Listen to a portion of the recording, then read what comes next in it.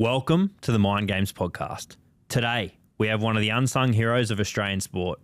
Jock Campbell has worked with all your favourite athletes. He's an absolute legend, and I'm very grateful for his support. Enjoy.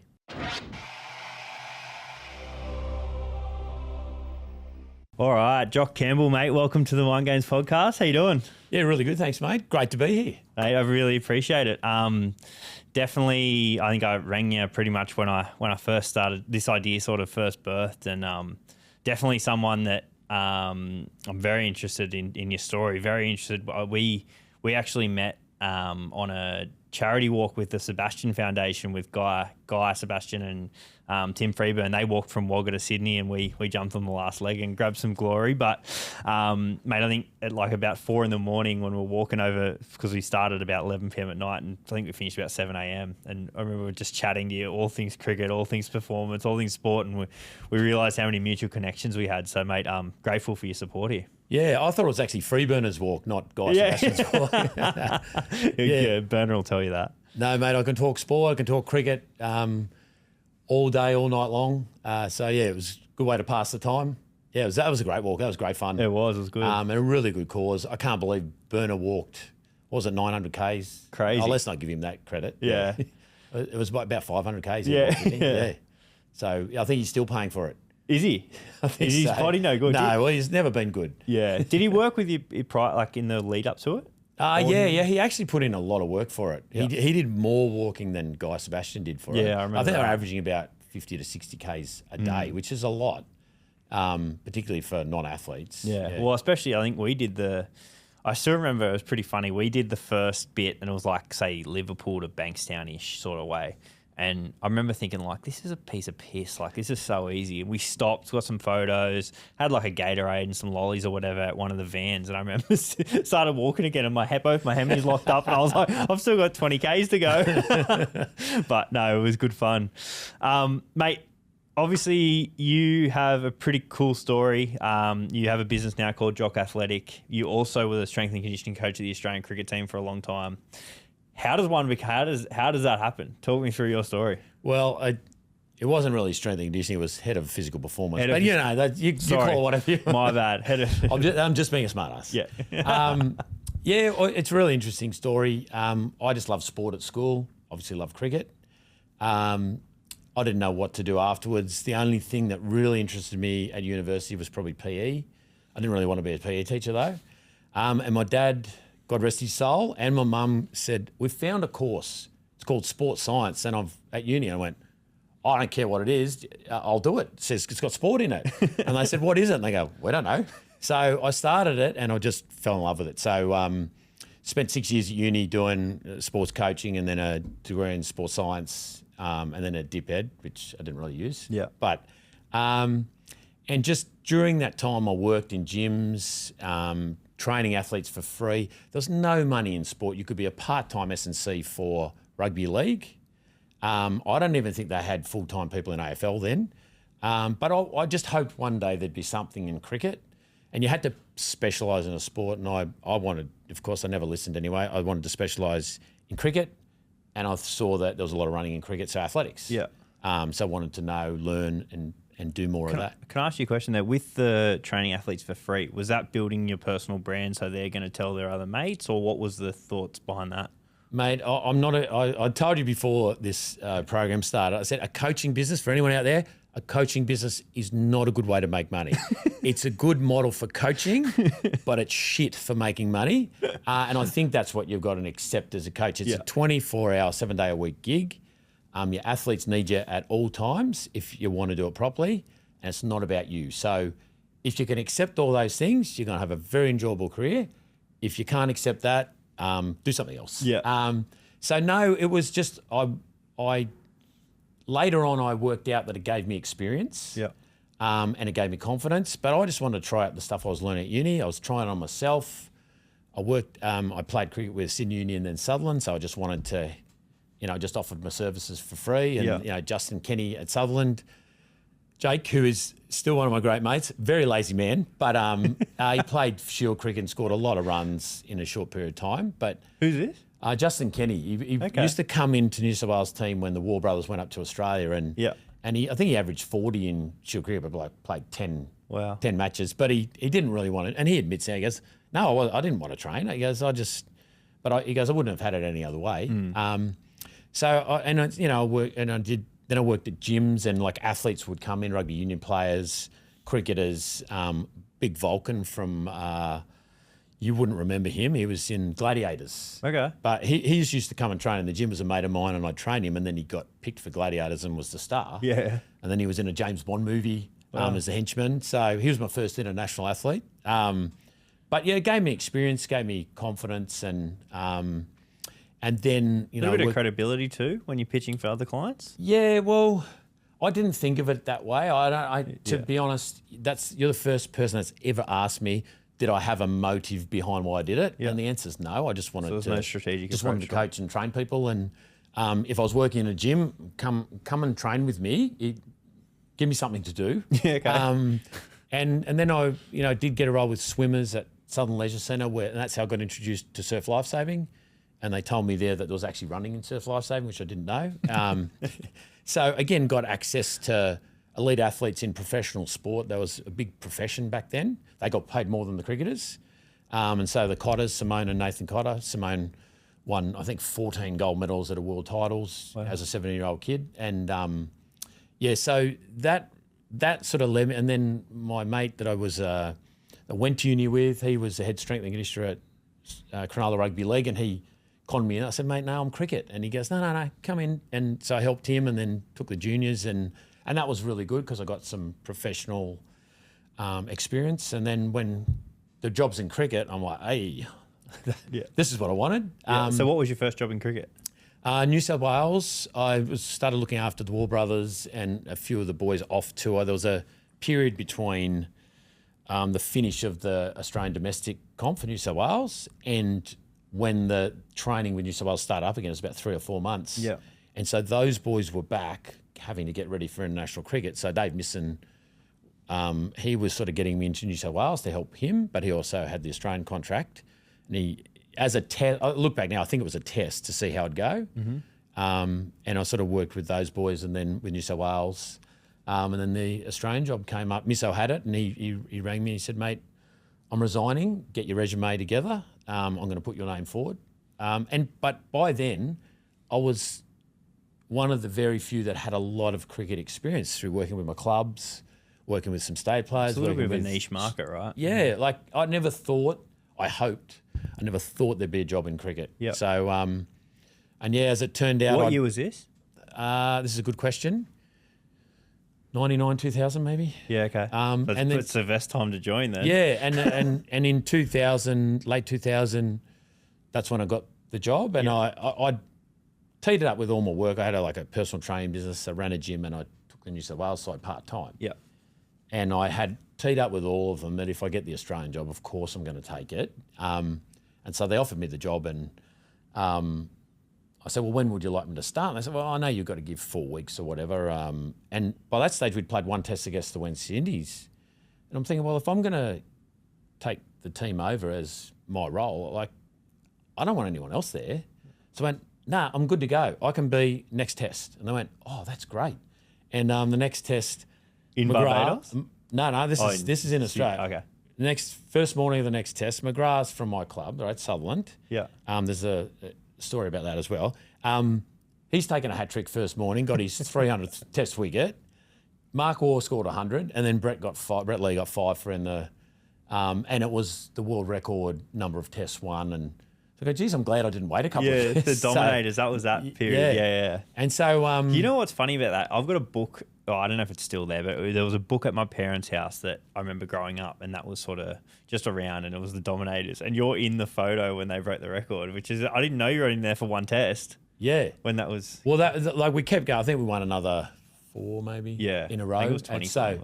So it just kept... The world record kept getting bigger, which is great. Yeah. But McGrath was... I'd played with Sutherland. I went to Sutherland from Sydney Uni, and... he's this tall, skinny kid, used to pick up glasses at Carring Inn, and we'd be out on a Thursday night after cricket training there, and I'd go to the girls that I knew and go, see that bloke? He's going to be he'll be famous one day. And they go, that skinny bloke. And, yeah, and then later on, I'm at my mate Evan Atkins, his mum's funeral, and it's at the wake on the Friday night. We're playing cricket the next day. Ev was a great mate still is a great mate of mine, but we were there, and I got a call from Tommy Iserton. Mate, you're in first grade tomorrow. That's my first grade game for Sutherland. How come? Oh, McGrath's been taken up to the stateside. I said, oh, yeah, Campbell for McGrath. That's a fair swap. I didn't really think much of it at the time. Yeah. My one game in first grade for Sutherland, and I replaced McGrath. That's the best. I just tell them they dropped him, and I got taken up. You played twos. Yeah. That's the best. So good. So you've taken on that role. How many years did you do that for? 5 for the Aussie team. Unreal. Yeah. So, and as I said, awesome period. You've won World Cups, maybe 2, did you? One World Cup. Yeah, 1 World Cups. You won everything. Were you the 05 Ashes? Yeah, unfortunately. Wow, that would have been unreal. Well, everyone says that. They go, oh, what a great series. Well, actually, there's more before that. Let's get back to that in a sec. But like prior to that, so you obviously take on the 5-test series, or there's 5 tests in Australia the year the West Indies were here. Then, like, I'm tipping there's a little bit more pre-work. So, like, you go back to looking at what the strategy for the whole 12-month is then in terms of training. How did you put that together? Was it a little bit of guesswork? Was it from your experience over the last few years, or how did you? Because you got like freak athletes like Brett Lee and Jason Gillespie and all these sort of guys coming through your squad. Was it like, talk me through putting together that program? Well, it's an interesting one. So back then, I said before, there weren't many people that there's no one that had specialised as a strength and conditioner in cricket except me, and that's what they told me through Cricket Australia. You were the only one with cricket background. But I knew cricket really well. I knew fast bowling really well. I'd studied it all through uni. I was a medium pace bowler. I thought I was fast. No one else did. You get your own gun out. Yeah. But, and then working with the stateside. So I had a really good grasp of periodisation for cricketers. I thought the stateside, always looked at it, even before I had the role, and go, look, you got this massive pre-season, get them in magnificent shape. And then in season, I knew the gaps between games. You had, so to me, that was a beautiful setup, but it took me a few months to work out what the international guys could handle. Yeah. We had they didn't really do weights regularly back then, and which I introduced, which I thought, great, that can add to them as their physical performance and injury prevention. And they go, well, when are we going to have time to do this job? I said, you blokes, every other sport I've ever dealt with, they go, oh yeah, how can we improve? You're like, oh no, I don't want to do that. Well, but the reason I ask this is because it's such a crucial role. Because if you take on the role and Gillespie, Lee, and McGrath go down with like breakdown with stressies, like that's on you. Yeah. So like that's right. And it's I think there are a few really good things at play here back then. There's me, the physio, and the coach. We were the only 3 involved in the physical preparation of the team. So it was just a discussion between, we'd all put out, like, this is what we want to do, this is where we're going to fit these in. But it took me a while to work out, back-to-back tests, Christmas, New Year, there was 2 days between the tests. Okay, where are we fitting in whatever? But they were all in better shape than the state players, which I found astounding because they didn't have big breaks between tours. Yeah. So, and they were all very committed. They all had their all sort of, most of them had like a private strength and conditioner back at home rather than a part-time state one. Yeah. Which I thought was really good. And I worked in really well with them. But, I I had great help from Steve Waugh, was very supportive. Errol Alcott, the physio, who I'd known before because I'd been to see him when I was injured. They were really helpful, particularly Tugger in those early days. And I'd worked with half the team because, Slater, the Waugh brothers, Binger, Michael Bevan. There was a whole bunch of New South Wales players in McGrath that I knew really well, had been training them. So they were really welcoming and even like, I go in the dressing room mid-tour, I've new kid on the block, don't know anyone or what the situation is. And I go, mate, Tucker, where do I sit? And Mark Waugh goes, Jock, come sit next to me. How good's I that? go, right. That's the best. But my question as well, like, is it, you said you had a lot of support from Tugger and different things in terms of selling it to the team in terms of what you needed to do, but is the fact that they're all in better shape than the state guys and that you could see that direct correlation. Did that make it an easier selling point to the players too? Yeah, it was. I didn't. Bringing in the gym wasn't that hard. There's a bit of pushback when we first started, but then the next two is, when are we doing gym? But it just took me a while to work out where you could fit everything in, and you're just doing smaller sessions. If you're doing gym and you've got back-to-back tests, well, you just do. Like if Justin Langer would get out early, which is very rare, JL, and I understand that. He was a crazy trainer. We'd probably run home from the ground. Wow. I'd do a bit of gym that afternoon because he'd eaten like he was going to perform all day. Yeah. But he's out. And I'm not picking on JL. Haydos was the same. Have you read his book? The Pursuit of Passion, I think it is. I've read one of his books. You're all over it. You're in there heaps times. Yeah, I didn't know that. But there's photos in the fitness. There's also a photo I've seen. I can picture it in my head, but I can't remember it where it is. There's a photo of Brett Lee running. It might be one of Brett Lee's books. He's running and he's got a parachute behind him, and it says, "Jock's finding new ways to torture me." Yeah. And you know what? That still gets brought. I actually still got the parachute. I'm going to people are trying. I said, "Oh, this is the one Brett Lee used to go use," and this is what they say. Who? What? But athletics. Yeah. Okay. But toes like that, it's just resisted running. It's nothing special. Yeah. But they just hadn't done that sort of thing in cricket before. So just resisted running. You can do the same thing. Run up a hill, towing tyres, towing sleds. The best way to become faster, sprint training plus resisted training plus assisted for your leg speed. So it's been around since the turn of last century. Yeah. So it's not. But I just found it extraordinary that, wow, he's on something special here. Okay, sure, whatever you think. Yeah. And I go to Brett. So he got a stressy the first test I worked in. He said he was going wide the footholes and sort of pushing the ball in, and his back was starting to hurt, but he said, I kept taking wickets. So he just came off and he goes, I hurt on my back the second innings. Stress fracture or stress reaction. Yeah. So he'd never got through and then he came back late that season, snapped his arm broke his, he sent it to me not long ago because I go, I've got to get this right, Binger. He snapped a bone and some ligaments in his elbow, throwing into the wind at the whacker. And then he bowled it over afterwards. And he was like down in the 130s. And I'm like, so I ran round and said, mate, what? He goes, I think I broke my fucking arm. And so, mate, he's out and he made the Ashes, got through. And then I had a chat with him at the end of that and sort of said, mate, you've never been through a full professional season without getting injured. I showed him all the stats with alcohol about how much risk of injury you're at if you're a drinker as opposed to a non-drinker. He goes, what are you saying? Do you want me to stop drinking? I went, well, in terms of competition, yeah, well, during competition, yeah. He goes, okay. So that's when you say buy-in, mate, he was the one I reckon that bought in. Mate, they all bought in, but he just, whatever I asked him to do, he did. And we worked, it was really interesting. I said, there's 3 people that worked regularly with him, me, the physio, the coach. And we worked towards that 2003 World Cup. And that's why I'd say that's professionally one of my greatest achievements, helping Brett get to 160 semi-final. We wanted to peak him for the final. We peaked him in the semi-final, so we're pretty close. But that was like a 2-year plan to get him bowling 160. Yeah, wow. And is he the only one gifted enough and work ethic enough to get there? Yeah, you have to have, it's like Usain Bolt. Yeah. Could many people run as fast as him? No. Not many at all. But could he run fast? Well, he obviously did. And that's the same with Brett. Like, naturally gifted to bowl fast, but to get to... You had to optimise everything. But also, you look at Mitch Stark. Like, hats off to him. Mid-140s, the whole test series. That's not natural ability. No. That's hard work. That's a superb athlete, 35 years old, who's just works very hard. And I've been told before, he's a bit of an over bowler. Well...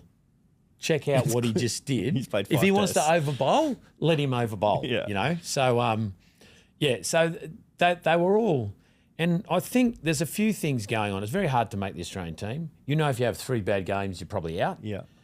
And contracts had come in. They weren't obscene. They were enough to make a good living, but not enough for you to do nothing once you've finished. So very hard to get. So when players came in, the War Brothers had gone through periods where they didn't get paid to play cricket. They played, I think Steve told me his first contract was $4,000. For Australia? For Australia. Yep. Gillies was 40 grand, like probably 10 years later. and Gildy was going, I couldn't believe they were going to pay me money to play cricket. And so, you know, it wasn't big. It was big enough in those days. It was just, they were going through a good period. So if they got a contract, there was no way they were going to do something to lose that. Yeah. You know? And even Warnie was very well conditioned for what he had to do. His arm speed was quicker than McGrath's, and he bowled out 98 overs in his 100th test to win us the game with a slightly pulled hamstring, which he did in warm-ups because he was so excited he got into it too quickly. And he went through a period of I thought, I'll just work with him, get him to do what he has to do, whatever the rest of the team has to do, because I'm sure he doesn't want a young bloke coming in here telling him, I know better than you, mate. Anyway, so he saw Binger with his shirt off one day and he's just ripped. That's Binger, what have you been doing? He goes, just extra work with Jocko. He goes, Jocko, come in my office. Yeah, good And start. he goes, step into my office. And I knew I had him then. Yeah. And so same thing, mate. He'd do whatever I asked him to. And everyone's going, he just wants to get fit to look at it. I said, I don't care why. Yeah. And Trevor Holmes was a chairman of selectors. He goes, Jock, I don't know what you've done with him, but he's so much stronger through the crease. He's coming over the top more. His energy through the ball. I said, mate, it's not me, it's him. So, yeah. So they're all fantastic, mate. Like, That's I can't. It was a great experience. We won everything. I think Steve's got the best record ever of Test match wins percentage-wise, and Punter's got the best of overall of any captains in the world. And I was through pretty much Steve's entire tenure, and half the Punter. So it was. It's so and cool. mate, they were both so supportive, and Gilly was their vice captain. So mate, it was a pretty good time. Yeah, that's awesome. Yeah. Have you got any other cool Warnie stories? Yeah, probably not for printing. But mate, to be fair, I only found this after one for his funeral. I had COVID, and so I couldn't go down for the funeral. And I've sent Helen Nolan, head of the foundation, a message. Like, she was organising it. I said, look, Helen, I'm really sorry. I can't come. I've got COVID. And she goes, get on that effing plane, Jock. But he was really good. He was quietly good to everyone, and everyone's got stories. But one of them was in 2001 Ashes. We were there, and one of my beach sprinters, who I also ran with, he rang me. He said, "I'm coming over to England. I'm staying with you." I said, "Yeah, no worries." And anyway, he came over, and I said, "Mate, I'm going to get you to come and take the boys for a speed session." And he was so nervous, and I said, "Look, I don't need you to do that, but I thought you might like it." Yeah. And he goes, "Yeah, it was Zane." And anyway, he's come, and I said, "Look, Zano's going to take you guys for a speed session. Anything you want to ask about technique or whatever, he's here, blah, blah." And Zane told me after he passed, he said, "Mate, Warnie came up to me after you introduced me, when everyone went off to warm up, shook my hand and said, 'Thanks so much for helping us out.'" And he said, that has stayed with me ever since. But I've got a cap up in my studio, Yeah. which is my office. And it's Warnie's one-day cap. He just signed it and gave it to me one day. And How good's that? yeah, mate, the things he did, like he rang me up one day. Errol, I'm going to get you here. He rang me up one day. We were in India 01. And he said, "Look, there's a Nike store in the building. I'm sponsored by Nike in India. I've teed it up. You and Errol can go down and get whatever you want. If you want a pair of shoes." Or I said, "Oh, no, all right, thanks, Warnie." And he goes, "I'm having a sleep. I'm not coming down." It was the day we were leaving. So went down with Errol. Errol's like a lot older than me, should be more mature, you would think. And mate, we go in and they're going, "Oh, would you like this? Would you like that? Would you like these shoes? What about some clothes?" And we go, "I'm saying, Errol, if I go to get anything more, just slap me, would you?" And then they go, "Would you like a watch?" And we're both going, "Watches?" And they're like GPS watches, the early days. And we've both sort of run to the cabinet and we're fighting each other to get and then it's glasses, and Warnie brings something. He goes, "Oh, mate, I had to get an extension on the amount of..." But that's the type of thing he'd do for you. Yeah. And, I mean, the boys were like that. Anything I wanted. Like, I remember I was lying in the plane next to Michael Clark and he's just dropped this pair of sunnies. He goes, "Oh, I've got some Oakleys, Jock, here, have these."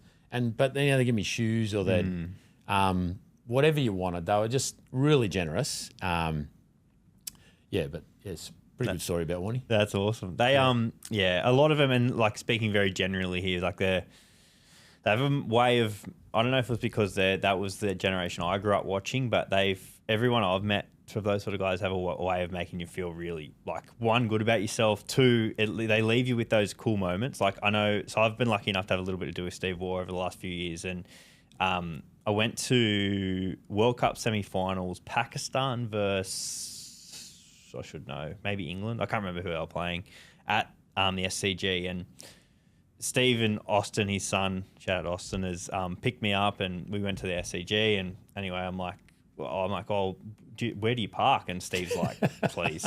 Anyway, gone in. He didn't actually say that. I'm not saying he was an arrogant way, but he kind of was like, what do you mean? I sort of said it half joking. Anyway, we walk past Steve's statue. So I'm walking into the SCG, walking past Steve's statue with Steve and Austin. I'm like, how good is this? Everyone's coming up and getting photos with him, whatever. We go up to the box, like watch the game, whatever. We go to leave. We're once again walking past his statue, and Brian Lara's there. And hey Steve, how you going? Hey Brian, how are you? Hey, this is my mate Mitch. And I just froze. I stood there, I was like, I'm looking at your statue. I've had a poster on my wall since that one perfect day in 2003 when he scored the 100 off the last ball. Yeah. I had that poster on my wall for like 8 years. And then he's just introduced me to Brian Lara as his mate. Yeah. I was sitting there going, like, how good's this? Yeah. So, mate, those sort of guys, they definitely have a way of, they leave you with stuff that everyone's got a story about it, right? Oh, he's a bogan from Bankstown. Yeah. No, mate, he's a beauty. Like, the amount of things he's helped me out with, and how much at home he made you feel in the team as well. And I'd say to Steve, what's the go with photos? I said, I've always taken lots of photos of, and he goes, yeah, mate, so do I. He goes, no one takes them. If you see anything, take a photo, grab my camera and take some shots. Like, it just, and funny you say about that 100 he scored. Yeah. At the start of that season, I'd said, mate, I've got every one of the boys signed shirts. What do you do with your test shirts at the end? He goes, oh, well, and this is a mark of the man too. Because he was getting hammered at the time too, right? Wasn't he, in the media? Yeah. Oh, he's, when they get older, they all get hammered. Yeah. Anyway, he said, look, I normally sign my shirts, get the team to sign them, and I give them to charity. And so that's the mark of the man as well. Like, and he said, would you love one? I said, I'd love one, mate. But, that'd be great if you don't mind. Like, I think they had 5 test shirts, one for each day's play. Is that all they gave him? I think that's what they get. I don't know. I wasn't. Yeah. I only played one game. Yeah. So, but that's a different story. And anyway, after he scored that 100, we're all having a couple of beers in the change room, and he takes he's got the shirt and he goes, you still want this shirt, don't you? You're going to take this shirt, aren't you? After that 100, you're going to take it. I said, mate, you do whatever you think's best with it, okay? If you offered it to me and you want to take that back, that's up to you. Yeah. And he signed it. He wrote 10,000 test runs, and I got to finally admit, you got me out in the nets, but only once. Because I used to have a diary, and every time I got him out, I'd write it down. Caught, Ponting, bowled Campbell. I reckon you got 7 off me today. And he'd get my diary and he'd just chuck it across. That's the best. But they were, like I say, it was because there wasn't a lot of support staff. So mate, we'd still get to go on the ground for the national anthem before the test matches. So I'm Warnie's 100th test. Like, I'm standing like a few people up from Warnie just taking photos, and mate, and the full crowd, the national anthem, and I noticed they don't do that anymore because I think there's so many support staff. Yeah. I don't even think the coach goes out anymore. So, mate, it was just a lucky time where it's that professional stage where it wasn't over-the-top contracts. Everyone appreciated what they had, and there wasn't T20 teams and franchise teams they were flying off to. So it was like when you're on tour, you were there together, and, it was just a really good time professionally and as a life experience, And you asked me for how did I feel about, I don't know if this was on the podcast before, you're working with these guys that are, superstars. They weren't all superstars at that time. They were on their way to become, and some of them were, but, they still trained as hard as anyone. I learnt so much from them. They'd say stuff about batting or bowling, go, where were you guys when I was playing? Yeah. This would have been helpful then. But yeah, so it was, and I'd had so many years in working with athletes and working with athletes for cricket, and I got that question from one of my friends, aren't you nervous? I said, no, I'll tell you why. With athletics and sprinting and distance running, we're after this much improvement and that'll make a big difference. And that's bloody hard to get. Cricket, I know I've watched it over the years. They've got improved, but I know I can make big improvements. So anything I do with them is going to make them look better. Yeah. So no, I was that was my most confident sport I was working in. That was what I worked towards and all the study I'd done. So afterwards, on reflection, I go, oh, we were under a lot of pressure. But James Sutherland and Malcolm Speed, maybe when he was chief executive or chairman, I don't know. I can't remember what their roles were at the time, but they brought me and Errol into their office one day and said, boys, we stopped paying insurance on our players, on their medical, and because we were paying so much, we thought we'd fund it ourselves. We were seeing if it would be cheaper. And they said, we have had the lowest injury rates in recorded history this season or this year. It's saved us $500,000 or something. It might have been 400,000. We just wanted to say thank you to you guys for looking after the boys so well and keeping them. And I turned around and I go, Errol, that probably means we're getting a bonus. And mate, they blew me up. But I said, oh boys, I was joking. It was a joke. Well, I was joking, but if you want to give me a bonus, I'll take it. But a thank you is nice. Yeah, absolutely. We've saved you guys a lot of money and we get in trouble for making a joke. I love it. Mate, one person, we spoke about this a little bit off camera, one person who is my all-time idol in sport, and he's probably the one person I haven't actually had anything to do with and actually met, is Ricky Ponting. I kind of don't want to because they say don't meet your idols, but tell me a little bit about Punter. Punter's a beauty, mate. Yeah, he's again thing like maybe there are a lot of Bogans in the team. Yeah. He's full one, Lonnie Bogan. But yeah, he's a ripper, mate. Just hard worker, first on the training field, last to leave. If you watched him, if there's a young bloke in the team, even when he was captain, he'd be throwing balls to him after the session's finished. And everyone's gone inside. Punter will still be out there throwing. Oh, no. I'd be out there too because I'd be catching Hoggy because he'd be bowling a million balls in the middle. And, yeah, just a really good bloke. He moved to Cronulla and he actually got married to a Wollongong girl who I knew beforehand. So, yeah, really good mates. He's a Sharks supporter, so that makes him a good bloke too. Mate just loves his golf, loves working hard, loves his cricket. And I always say never mistake a lack of education with lack of intelligence, because he's one of the smartest blokes I've met. All the captains are.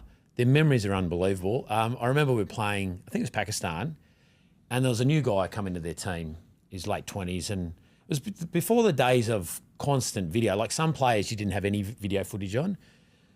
And someone goes, oh, anyone know about this bloke? And Punter goes, yeah, I played him 10 years ago in under 17 tournament and we bowled a few away and then we angled one of his pads and he got caught at mid-wicket. That's how we got him out. And, but just their memory and their knowledge of the game and his working out people. Like we called him the little detective because nothing went by without him not finding out about it. Mate, you can see it even on TV now. Like, even when he's commentating the Big Bash, like, he'll say, oh, Stark should do this. 2 balls later, does it. It's out. Like, I always say to my dad, like, Dad rings me and goes, oh, like, did you see Ricky just said on the TV? Yeah. Like, he's our all-time idol. And I go, Dad, Ricky could tell me the sky's yellow. And it's not that I believe him. It's true. It doesn't matter. Yeah. It's true. Ricky said it. It's true in my mind. So one day I'll have you on here, Ricky, and I'll thank Jock for it. Oh, I know. He'd be a great one to have on. Probably cost you $1 million because you gets paid a lot, I think. But he's a beauty, mate. Was so good to have as your captain. Like I'd tell you, Steve Orr and Ricky Ponting. If you're ever going to have 2 captains, who would you like to have? That'd be pretty good ones, wouldn't they? Yeah, very much so. So it was a good time, and I had him from, when he was. It wasn't new to the team, and he'd been in the one-day team for a long time, but he was sort of cementing him. And I can't tell you how many hundreds he scored when I was with the team, but it was a lot. Yeah. And I remember one day Buchanan said, I want to take the warm-up today, and he's got him doing all these jumps and this and that, and Ricky tweaked his mid-back. Couldn't remember, this was before a test match in Adelaide, and he's like, and the great hands of Errol Alcott crunched him and cracked him and got him right for the start of play. And he scored a 50 in each innings. And Gilly after the game goes, pair of 50s, Rick. He goes, yeah, I know. Well, shit, wasn't it? And I'm going, yeah, it's terrible getting 2 50s. It's like horrible, yeah. He's the best. But he just was so hungry for, greatness, to contribute. And that team, like the great thing about Mardo, the great thing that came of Mardo getting sick was all the footage they put up of him, and everyone realised how good he was. Oh, mate, this guy was pretty good. Yeah. In that era where it was dominated by so many great batsmen, and Mardo just flew under the radar, but won us a series in India, won us a series in Sri Lanka. World Cup final, scored a 50 not out without hitting the boundary to run a ball. Yeah, and he was the one in that 03 World Cup, broken finger, like had to go and get it pinned after the match. Yeah. He's the one that got us going. When him and Punter came together, he was the one that sort of got the, and then Punter just took over. And but that was some time, that's for sure. Yeah, mate, love it, mate. Conscious of time, so we could dead set sit here for 3 hours and talk about that sort of stuff because I absolutely love it. Then you've moved on from that and started Jock Athletic, or was there something in between? I sort of finished with Cricket Australia, and I did a bit more with New South Wales. I had to get 2 shoulder operations, Yep. And then the ICL, Indian Cricket League, popped up, and McGrath and I think Steve Orr told me about it, and then McGrath was going to be involved, and he put me on to Tony Gregg, and all of a sudden I'm the high performance director of the whole comp, putting in all the physios, the fitness guys, the masseurs, and I told you before off air, like the part I love is the coaching. So I said, can I put myself with the team as well? And they go, yeah, we'd probably prefer you didn't, but if you want to and you think you can do it all, sure. And it was owned by a TV station. And at that stage, the plan was they were going to start a T20 franchise league. BCCI, they thought would probably take it over or merge. And it was the start of the franchise leagues. As it turned out, just before, I think it was the day I was signing, McGrath's rang me and said, don't sign. There's something else. BCCI's contacted me. They've signed me. So the IPL. Tendulkar, Warney, and I think maybe Fleming. Yeah. And they'll sign you. He goes, I don't know what they're going to sign us for, but they're going to do something. Yeah. I said, oh, mate, this is a really good role. Like, it's a fantastic role, and it starts tomorrow. So I took that. Oh, okay. Probably should have gone with it, but who knew at the time? Yeah. And it was still a great experience. We had 80 Indian cricketers, locals that had been signed. A lot of them played for India and the rest Ranji Trophy. And then we started getting, bunches of players, Lara, Mardo, some really good players. Awesome. And it was a great experience. We had, I think there was 6 teams in the first one. That was going to be 1 tournament a year. Yeah. And I'd started Jock Athletic at the time as well. So this was part of it. And then all of a sudden it was, I'm going to do 5 tournaments a year, 5 months a year. It's a big role. Money was incredible.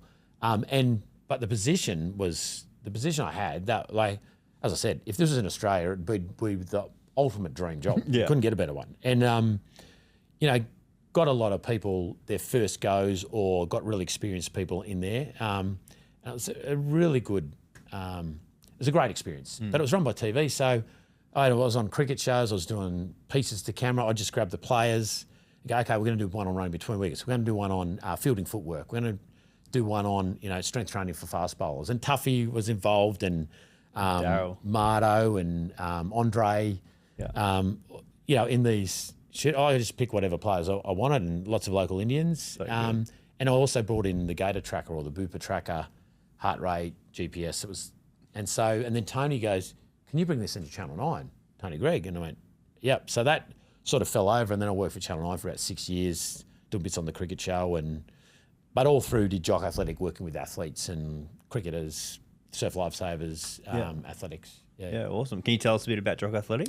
Yeah, it's just I had kids and decided I didn't want to be away for 10 months a year, which is a good decision. And so I convinced my mate Paul Watson, who was with the Sharks and then Penrith through their premiership win in 2003. Go the Panthers. Yeah, go the Panthers, the second team. Favourite player. Anyway, And so convinced Watto and my wife to leave their high-paying jobs to come with me and be poor and set up a coaching, sort of high performance, take that to the local community. And so we train, as I say, runners. We had some footballers. We had surf lifesavers and lots of cricketers. And, you know, the beauty of that was like Punter would train with me. He lived near me. So when he was back, he'd train with me. And then, you know, even Gilly, if he was in town, he'd come and do some sessions. Haydos, you know, I'd go up there sometimes leading into IPL when he wasn't with Australia anymore. How good's that? Yeah, it was training camp for 6 weeks up at Stradbroke Island. Oh, stop it. Yeah. Stop it. I feel really sorry for you. Yeah. And now, you know, I've got like Lockie Ferguson, Eloise Wellings, I take her for a weight. She made the Olympics, 2000 Olympics at age 15. I just saw her at the track this morning. She's still trying to make it back to the Olympics 26 years later.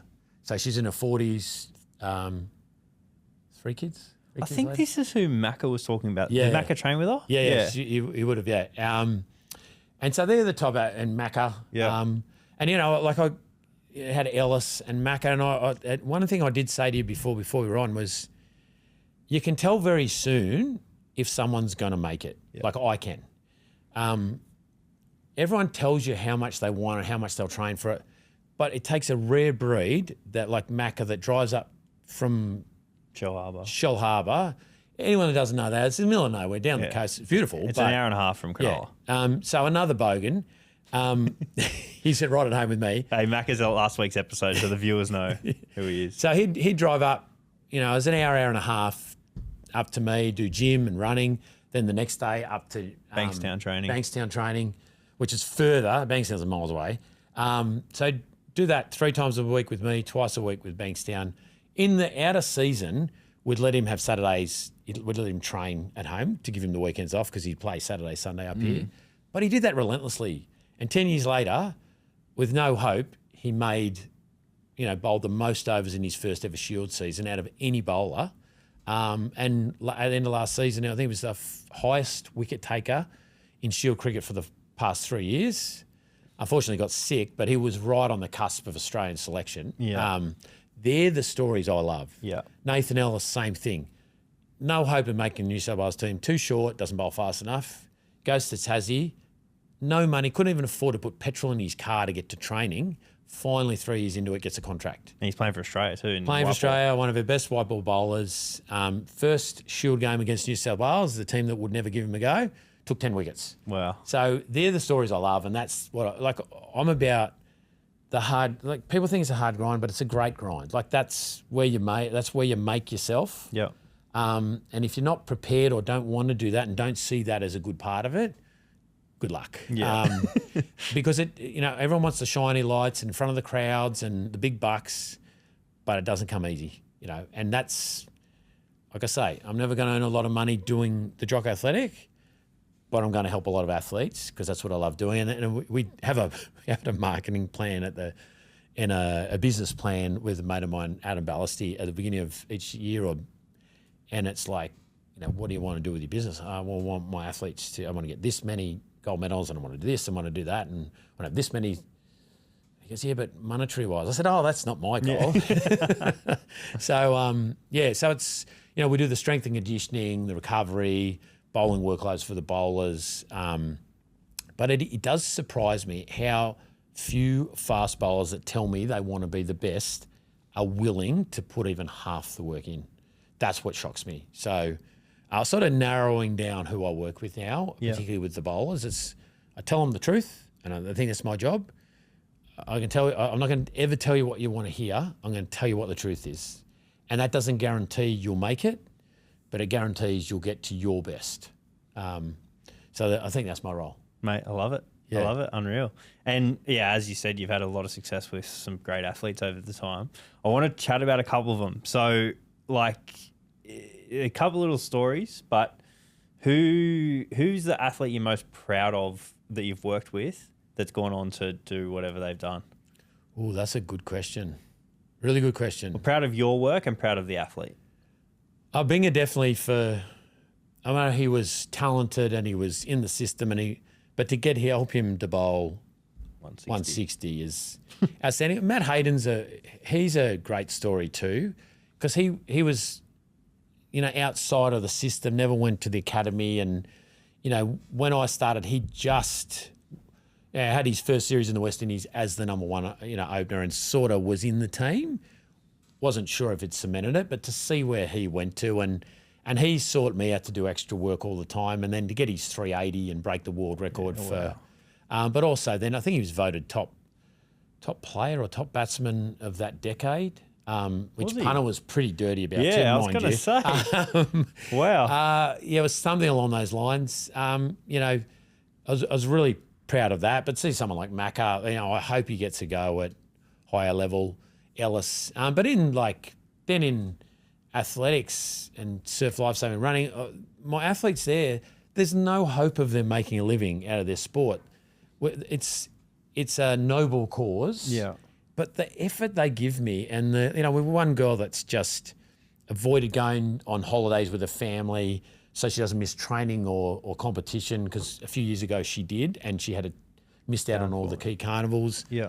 Didn't go away, I think, this year to Japan with her family and she's just run a junior world champs qualifying time for the 800. I had to convince her that 800 was going to be her best event, because she does well at cross country, and she won her first national title in 3K this year, but got second in the 800 with a junior world qualifying, and she's only in the that was 17 girls, and she's under 20 qualifier. Yeah. So now she's and she's got a scholarship with a university in America now. I'm really proud of those sort of athletes. And my surf lifesavers that, I had a kid join. He was, no one, his dad was a drug dealer. He had his brother guided him through, but he was getting in trouble. Turns out he's a really good kid, came to us, won 4 Australian titles in surf lifesaving, turned his life around, has bought a house, married with a child. Everyone looks up to him, and he's won awards in surf lifesaving, and and as his mum said, you've brought great notoriety to our family name, where before it didn't have that. So, that's a really. I won't name him because I don't want to embarrass his family, but he knows who he is. And then so they're the ones I get, and then to see Elsie, I'm not a running coach, but I'm a strength and conditioning coach. And to see her still going at age in the, early to mid 40s, still trying to make Australian teams, and it's crazy. Dealing with 3 kids and still making it happen. That's unreal.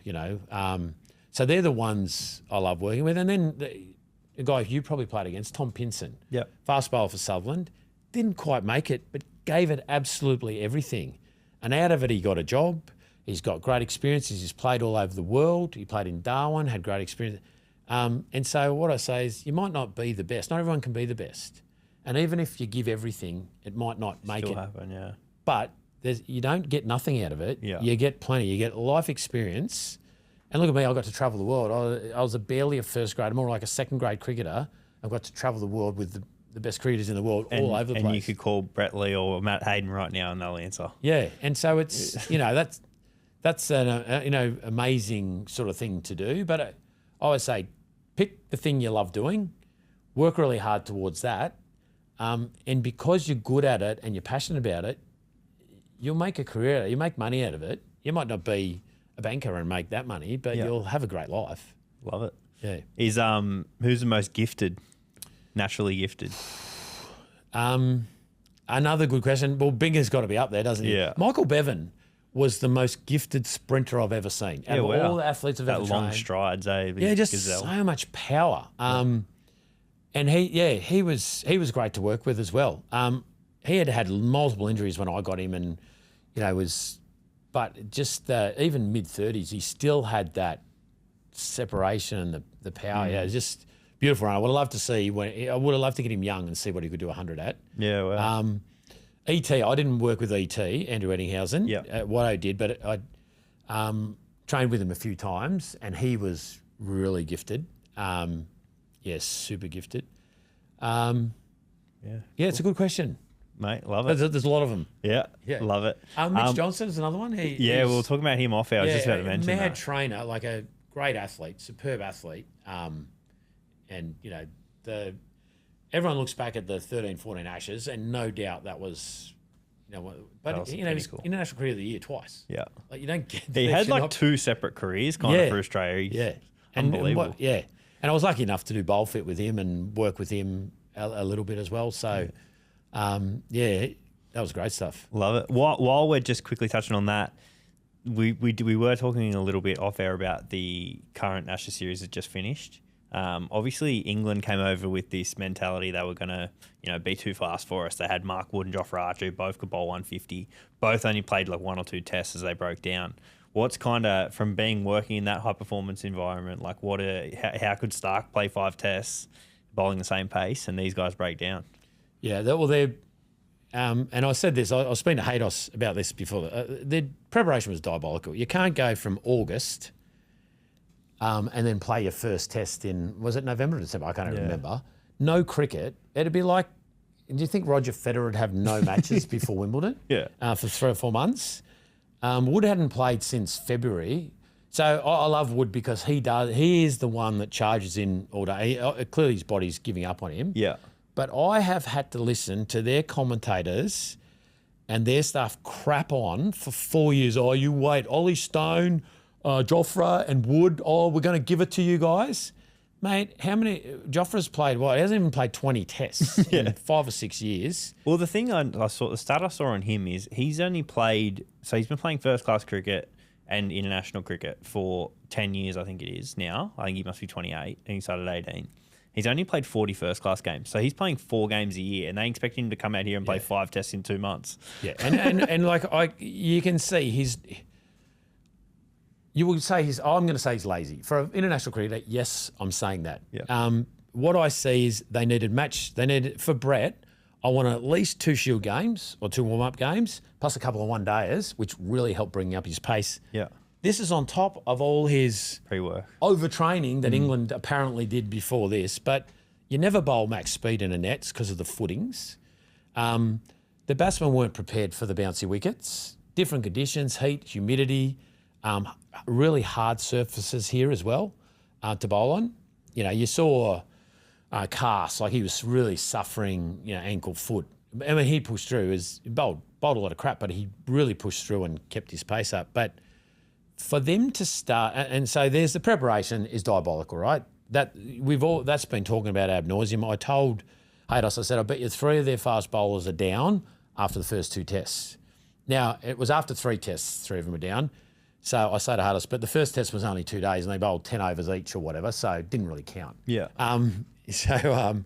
But Wood was never going to get through. He'd pulled his hammy in that 2-day trial game. Jofra starting spells at 130. If that was an Aussie player that could bowl 150, Ricky, mate, they wouldn't have been happy. No. Let me just put it that way. There's no reason when you're starting to bowl after a lunch break or first spell of the day, you watch Mitchell Stark, his first ball is in the 140s. Yeah. If he's warmed up, he's ready to go. So that is just that is lazy. And then clearly that second test where Jofra bowled his fastest spell when the game was over shows that he's bowling within himself, and that's not what he's here for. He's here to bowl fast. Yeah. Him bowling fast is very, very dangerous. But if they think that coming here and bowling quick is the only thing that's going to beat us, as Matt Hayden used to say to Shoaib when Shoaib was bowling, mate, if you think pace is all you've got and you think that's going to get on top of us, because, mate, pace here, we don't care about pace. He's sledging the fast bowl. But, yeah, so really poor preparation. And you saw that because bowlers are breaking down and their pace dropped off through the day,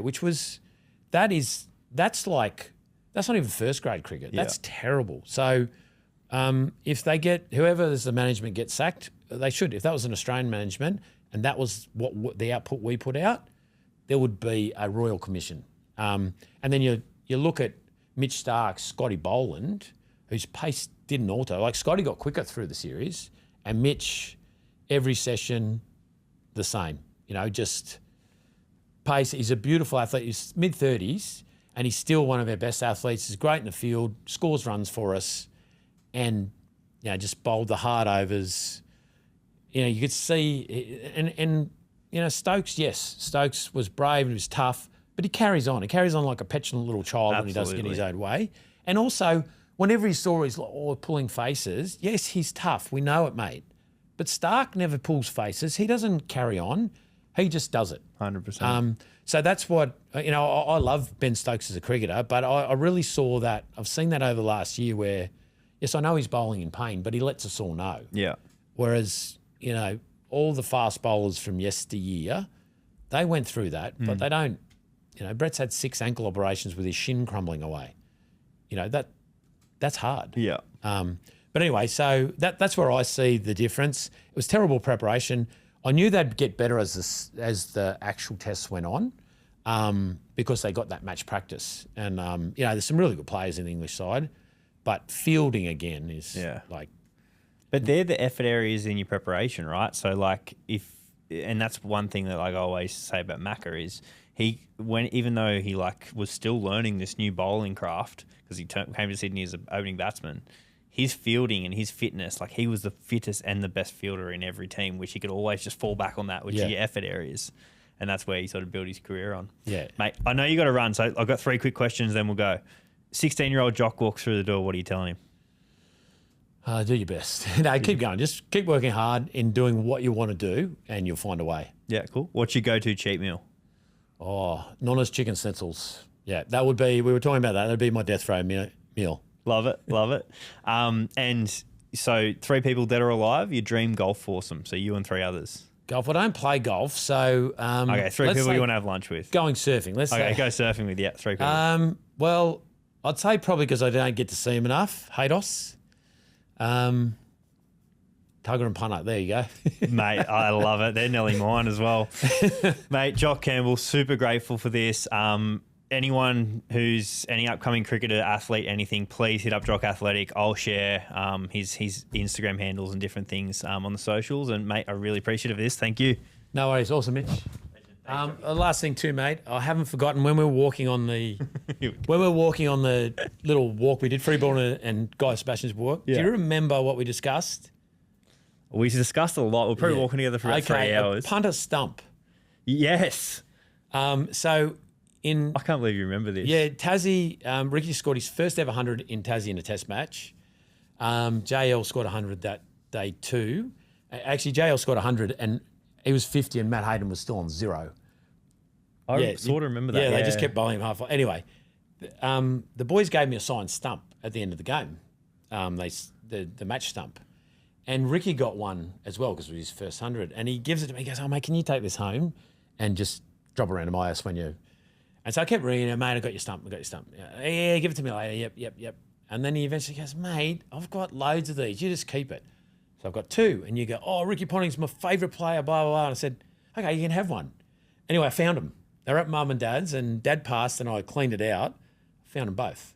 So I couldn't find it this morning. That's all right. So I didn't bring it, but it's still yours. Mate, I'm super grateful. That's 100% going on my socials. I'm like, I'll go on red now you've told me that, but mate, I really appreciate it. Yeah, I felt really bad. I'm going, man, I wanted to present it to him on the show. Yeah. Now he's going to feel like I've forgotten about it. No, absolutely. Well, it's funny, I actually 100% rang my old man after him. I was like, I met Jock Campbell. He's got one of punter stumps. We discussed this. I'm not going to follow it up, but if it comes through, I'll be over the moon. So I can't believe you remember that. But, mate, that's unreal. I appreciate it. All good, mate. Legend. Thanks very much. Thanks, Jockey. See you, mate. Cheers.